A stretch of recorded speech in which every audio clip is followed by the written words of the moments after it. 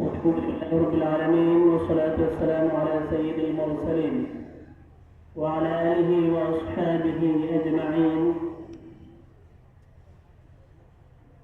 أعوذ بالله من الشيطان الرجيم. بسم الله الرحمن الرحيم.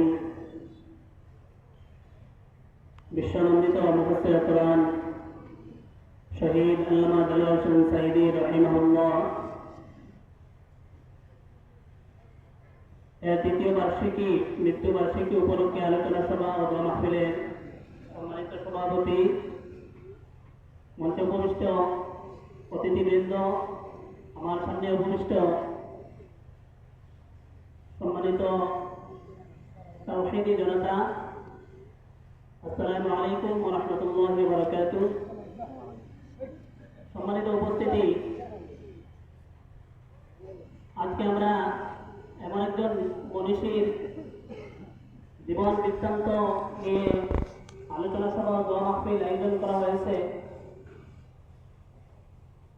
যে বিশ্বনন্দিত মুফাসসির কোরআন শুধু বাংলাদেশের জন্য না, গোটা পৃথিবীর মানুষের মুসলমানদের জন্য একজন নিয়ামত ছিলেন। যে বিশ্বনন্দিত মুফাসসির কোরআন তার জীবনকে কোরআন দিয়ে নিজের জীবনকে প্রতিষ্ঠিত করেছেন, আলোকিত করেছেন এবং এই আলোর পথে গোটা বিশ্বের মুসলিম জাতিকে আহ্বান করেছেন। সেই নিয়ামতপ্রাপ্ত মুফাসসির কোরআনকে জেলে বন্দী করে তাকে অনেক ধরনের লোক দেওয়া হয়েছিল। এই দেশের প্রেসিডেন্ট পদে নিয়োজিত করা হবে, তাকে বিশাল সম্পত্তি দেখানো হয়েছিল। সম্মানিত উপস্থিতি, আপনাদেরকে আমি বলতে চাই যে আহ্বানটুকু এই কোরআনের পাখিকে শুধু করা হয় নাই। যে কোরআন নাজিল হয়েছিল বিশ্বনবী মুহাম্মদুর রাসূলুল্লাহ সাল্লাল্লাহু আলাইহি সাল্লামের উপরে, সেই নবীকে আবু জাহেলের গোষ্ঠীরা সেই কোরআনের বাণী, কোরআনের আহ্বান যখন কোরআনকে প্রচার প্রসার শুরু করেছিলেন, সেই নবীকেও তারা বিশাল সম্পদের লোভ দিয়েছিল। সুতরাং যেই নবীকে তারা এই লোভ দিয়েছিল, সেই নবীর উত্তরসূরি কোরআনের ধারকবাহকদেরকেও এই নব্যযুগের আবু জেহেলের গোষ্ঠীরাও তাকে জেলে বন্দী করে এই ধরনের লোভ লালসা দেওয়া হয়েছিল। কিন্তু আল্লামা দেলোয়ার হোসেন সাঈদী রাহিমাহুল্লাহ তিনি তার জীবনকে কোরআন দিয়ে আলোকিত করেছিলেন। তিনি মানুষের কাছে, বাংলাদেশের মানুষের কাছে একজন রাজনীতিবিদ ছিলেন না। আল্লামা দেলোয়ার হোসেন সাঈদী রাহিমাহুল্লাহ তার মর্যাদা আল্লাহ তাআলার কাছে এত সুউচ্চ আসনে ছিল, যার প্রমাণ তার মৃত্যু যখন হয়েছিল, মৃত্যুর দিন এই জমিন প্রকম্পিত হয়েছিল।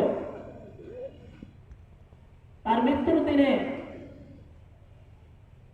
এই দিনে আকাশ ক্রন্দন করছিল, আকাশ থেকে চোখের পানি যেমন ঝরে, সেই চোখের জোড়া পানির মতো বৃষ্টি হচ্ছিল। এই উপস্থিতি, এই লক্ষণগুলো কি? একজন মানুষ যখন আল্লাহ তাআলার কাছে প্রিয় হয়ে যায়, প্রিয় মানুষ হয়ে যায়, আল্লাহ তাআলার উপরে ঈমান আনে, ইসলামের উপরে প্রতিষ্ঠিত হয়ে যায়, তার জীবনকে কোরআন দিয়ে, রাসূলের সুন্নাহ দিয়ে প্রতিষ্ঠিত করে, আল্লাহ রাব্বুল আলামিন এই বান্দাগুলোকে, মানুষগুলোকে আল্লাহ তাআলা ঘোষণা দেন। কোরআনে কারীমে আল্লাহ তাআলা বলেন, আল্লাহু ওয়ালিয়ুল লাযীনা আমানু ইউখরিজুহুম মিনাল যুলুমাতি ইলান নূর। আল্লাহ রাব্বুল আলামিন বলেন, আমার বান্দা যখন আমার উপরে ঈমান আনে, আমি আল্লাহ তাকে নিজ দায়িত্বে, আমি দায়িত্ব নিয়ে আমার ওই বান্দাকে অন্ধকার থেকে আলোর পথে নিয়ে আসি।